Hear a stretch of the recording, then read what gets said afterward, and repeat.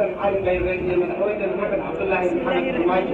وحكاكم هاي فنانين هذا البيت المشهد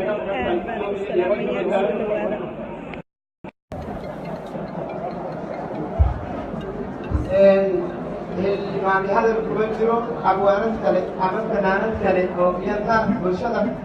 في مقبول أيام عيش يعني كذا شيء لطيف وقال الدكتور إسرائيل دي محلي هاي بسودو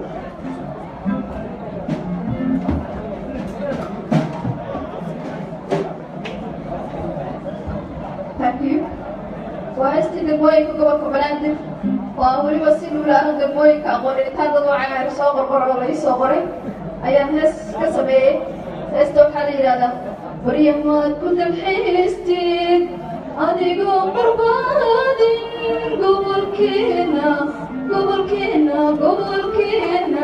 قبل كينا بلادي أنا قاعد بفضل تتوصل نقطة تاكي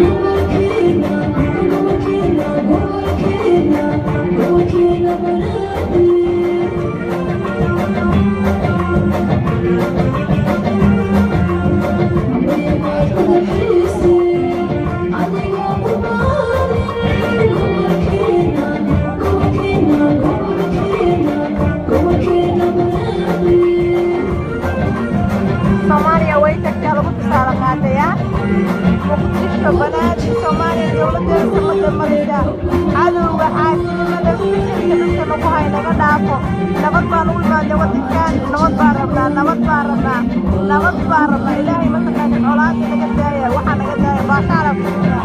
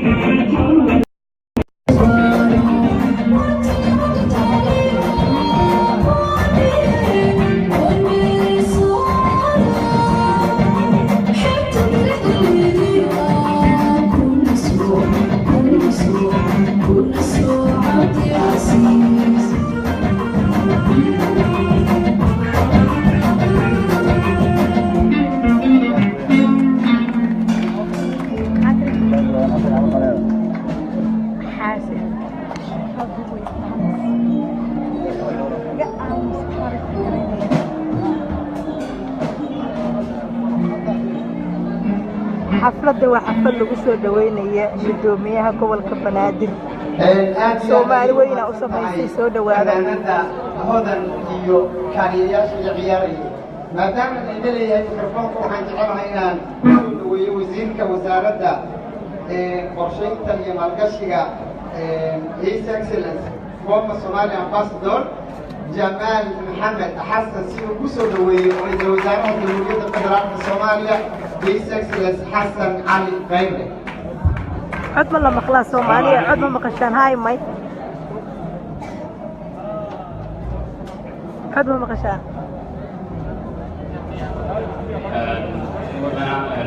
حسن علي خيري وزارها جمهورية فدرالك الصومالية لمان وقت الأغنكا وراها وزيرة لما نظر لبضا قنم لمان بلشوينتا الصومالية جهلك جوكتا الميادة فنانينتا يميريها لمان جوين السلام السلام عليكم ورحمة الله وبركاته وحن آدي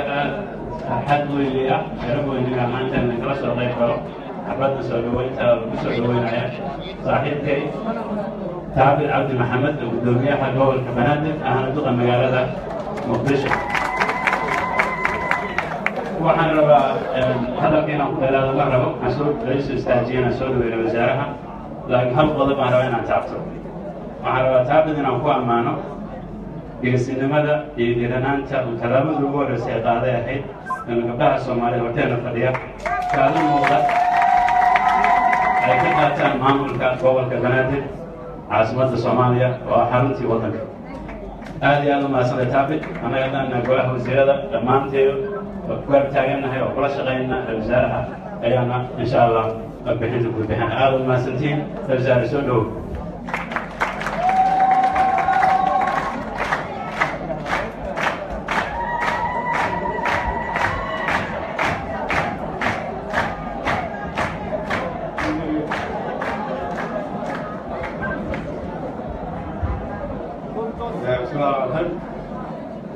gudoomiyaha gobolka Banaadir ahna duqa magaalada Muqdisho wasiirada xukuumadda federaalka xildhibaanada senatarada dhaqameedyada duubabka imaamyada qabiilada siyaasiyiinta dumarka saxaafadda fanaaniinta dhammaan shacabka soomaaliyeed gaar ahaan dadka reer banaadir oo xafladan soo qabanqaabiyey marka hore waa idin salaamay assalaamu calaykum waraxmatullahi wabarakaatu marka labaad waxaan aad idinkaga mahad celinayaa inaad igu casuumteen xafladan aadka u maamuusan in intaanoo qofay isugu timaada xaflad maalmaha ka mida magaalada muqdisho iyagoo soo dhoweynaya guddoomiyaha gobolka banaadir ahna duqa magaalada muqdisho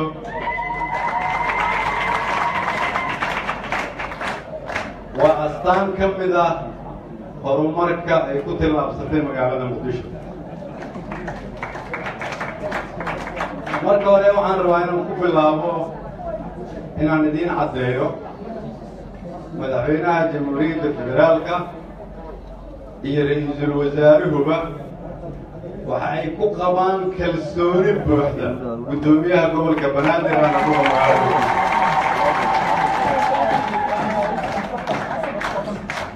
waxaa kaloo aniga iyo madaxweynuhu aan aaminsannahay inuu taabi tusaale u yahay kana turjumaayo isbeddelka ay ku hadleen ama ay doonayaan shacabka soomaaliyeed idinkana waxaan rajaynayaa inaad ku garab istaagtaan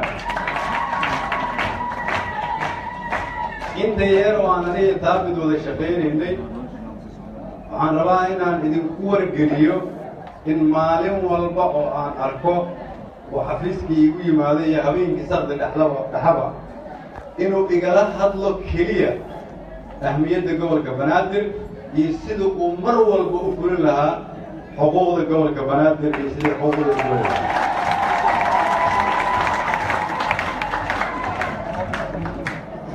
sidaas daraaddeed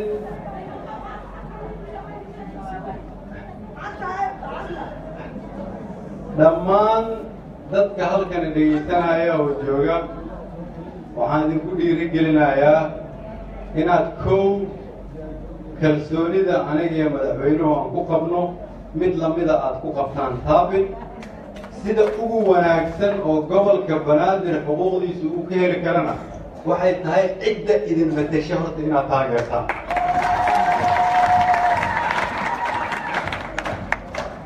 xuquuqdiina sida keliya ay ku soo noqon karto ama aad ku heli kartaan gobolka banaadir waa astaantii qaranka soomaaliyeed waxaa muhiima marka inaad idinku kulligeen isku duubnaataan taabit waxa uu kalsooni ka haystaa xukuumadda oo dhan ra-iisul wasaaraha iyo madaxweynaha haddii qofki uu keeni karo xuquuq gobolka banaadir qofki ugu habboonaa waa idin hor taagan yaha waxaan idinka codsanaha inaad taageertiin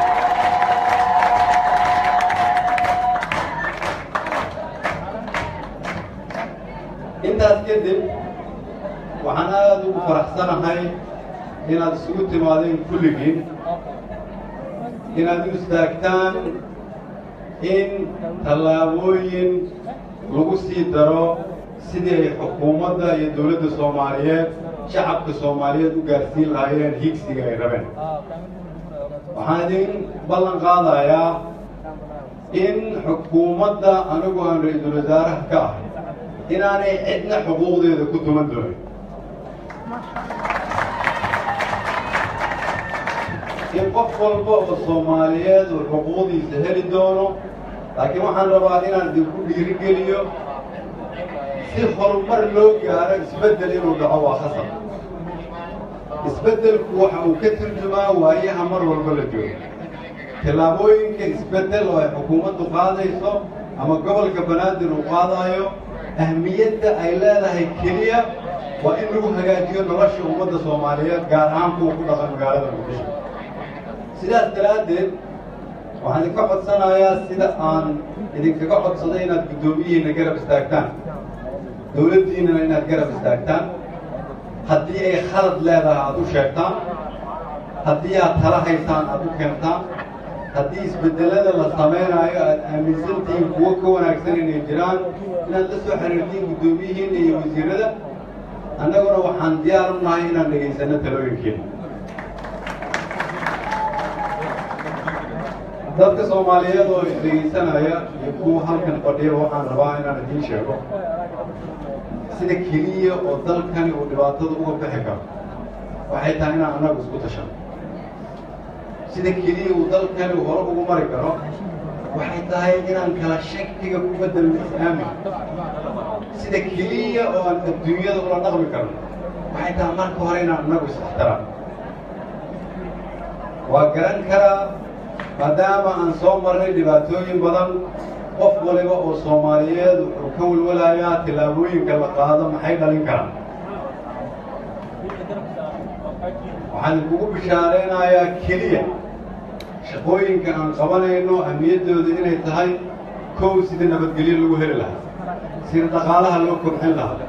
sida baagamuudada looga saari lahaa dadka Soomaaliyeed oo u badan dhalinyarada sida adduunyada ay noo ixtiraam lahayd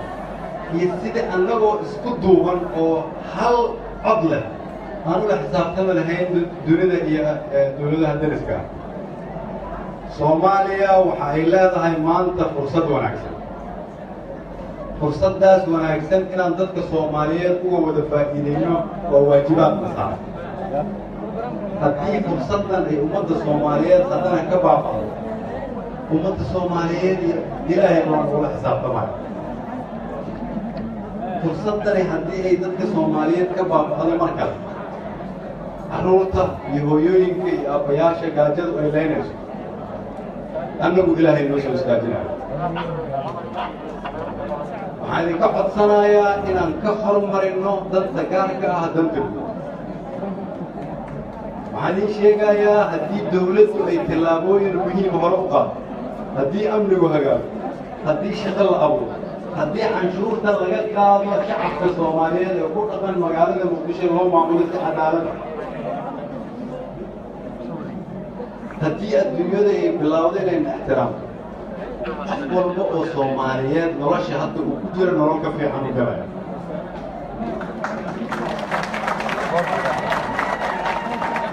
dowladnimada in laga baqamo haddii aad gabar tahay haddii aad wiil tahay haddii aad ganacsado tahay haddii aad dhaqameed tahay dowladnimada inaan ka baqnama haddii aan sidii hore ku sii jirno waad ogtihiin inaanay imaanayn nolol ka duwantii hore sida keliya oon sidii hore si ka duwan markaa ugu gudbi karno waa aqbalsantihiin inay tahay in isbeddel la sameeyo si isbeddelkaasi marka midho uu u galo waxaa laydinka rabaa laba arrin haddii aad tihiin gobolka banaadir kow inaad qayb ka noqotaan isbeddelkaas keentiina talooyinkii dalka lagu horumari lahaa labo inaad idinku garab istaagtaan magaalada Muqdisho dadkoodu markay isu yimaadaan oo ay midoobaan oo guddoomiyahooda garab istaagaan waxay tusaale u yihiin shacabka Soomaaliyeed intooda kale waxaan rabaa inaan idiin sheego wax tafaraaruq ah ama cabsi ah haba yaraatee dalkan kama jiraan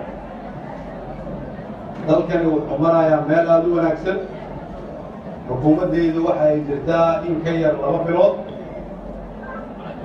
qof walba oo u shaqeeya xukuumaddeedana Janaayo ilaa Abriil mushaarkeedii waa la siiyey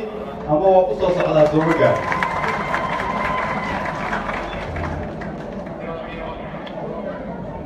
in xukuumaddu cid walba u shaqaysay mushaarkeeda bixisay 4 bilood oo la soo dhaafay keliya waxay ka turjumaysaa inaan ilaalinay ammaanada aad loo dhiibateen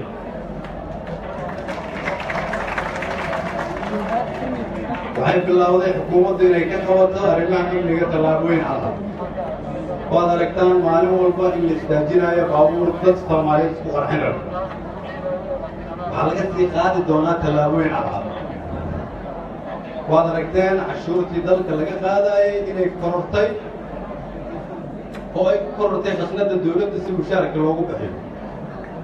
waad aragteen adduunyada qaabkii loola dhaqmi jireen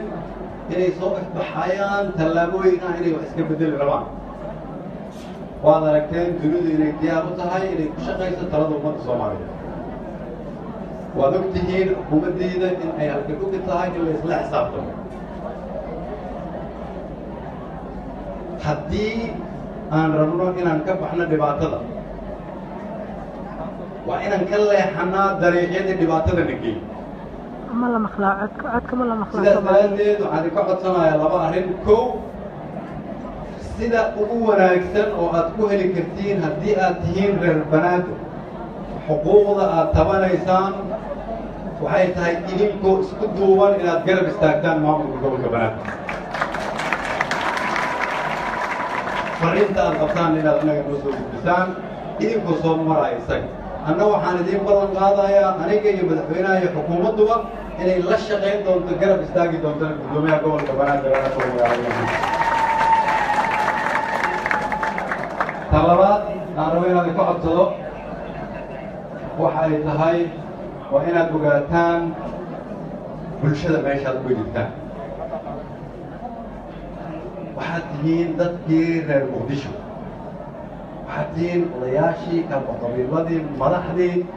siyaasiyiintii dumarkii dhallinyaradii reer gobolka banaadir waxaad tihiin astaantii ummadda soomaaliyeed fiirsanaysa waxaad tihiin dariiqii ummadda soomaaliyeed wanaagga ay ku mari lahaayeen waa idinka tallaabada idinku aad qaadaan ayay ku daysanayaan shacabka soomaaliyeed waxaan rabaa marna inaadan iloobina mas-uuliyadda aad xambaarsantihiin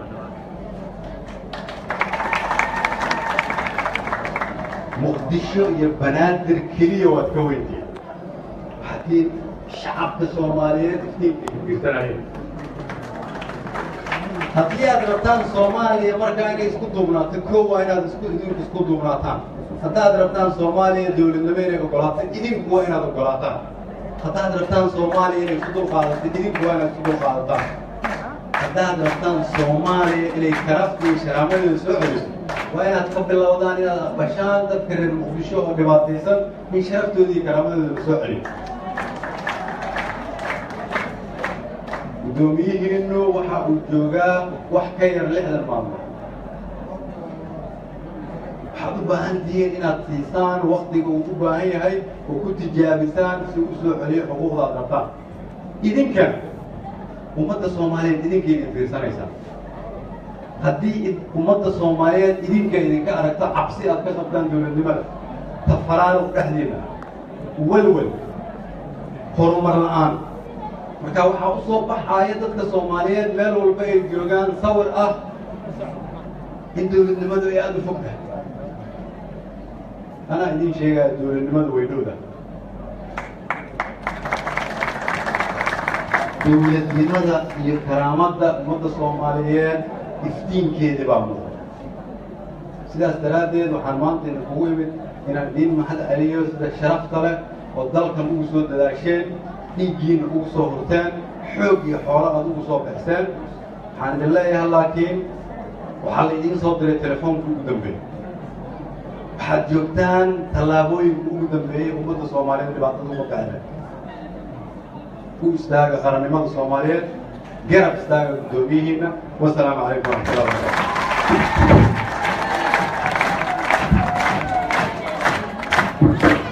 waxaan ra'iisul wasaaraha waa sii sagoosinaynaa waa degdegayey howlo qaran ugu yaalla dartood ayaan u siinay khudbadan uu ka jeediyey munaasabadan lagu soo dhaweynayo soomaaliya waa dhegaysanaysiin madaxdiina caqli hadaafasiin oo caqli inku harsan maskax inku harsan oo caafimaad qabtiin ra-iisul wasaarihiina dhegaysta madaxdiina dhegaysta gurihiina qabiilada iyo qurunka iyo qurbaha aan la joogtaan iskala jooga xaasinimo soomaali way ka tagtay qabiil way ka tagtay muqdisho waa laga baashaalayaa marka madaxdiina waa dhegaysanaysiin hadalka inta ka galan tahay ka boqo inta inta ku haayo wixii soomaalnimo lagu waayo calanka buluuga kale laguma helaayo wallaahi wixii soomaalnimo iyo calanka buluuga lagu waayo wax kale laguma helaayo dahab maxaa indhahaa waa in ka nasiib fiicana waa in ka nasiib badana dalkayga jooga dadkayga dhex jooga waa baashaalaya bilaayo ma qabo marka waxaa waaye waxaan rajaynayaa khudbaduhu kii cuntada ku jirta waxaa baahi haysa kii shisheeye jooga oo maanta qaba hubsanayo oo aaminsan caruurtayda habsi maa la gelin doonaa talow weli waxaad toos looga daawanaysaan telefishinka caalamiga ah ee universal TV aad u mahadsan yahay cabdicasiis xildhibaan oo qayb ka mid ah inta barnaamijkan sameynayay ra-iisul wasaaruhu iminka ayuu baxay oo khudbadiisii waa uu dhamaystay munaasabadii lagu soo dhaweynayay gudoomiyaha gobolka banaadir ahna qubacaas عبد محمد باي باي باي باي سومالي وين I love you سومالي توصل كتير حبك كذا تقدرون تاجروا ولقينا سومالي الأولى أو الشينية وحيد الله هي ما إلى بالقراوة وعشان هالكانوا جوجا مقدشة دباتك وشتو بلا يقوم بقربها نجتوا قبيل مدولين سومالي ما تاجر لهي سومالي ما وحكي بحثوا حتى لو مهلا وحيد الله هي حولها هنا لقى I love you سومالي هالنالك وإذا شعلها ما تلقى إلى عليه القبيل في حاسين مليون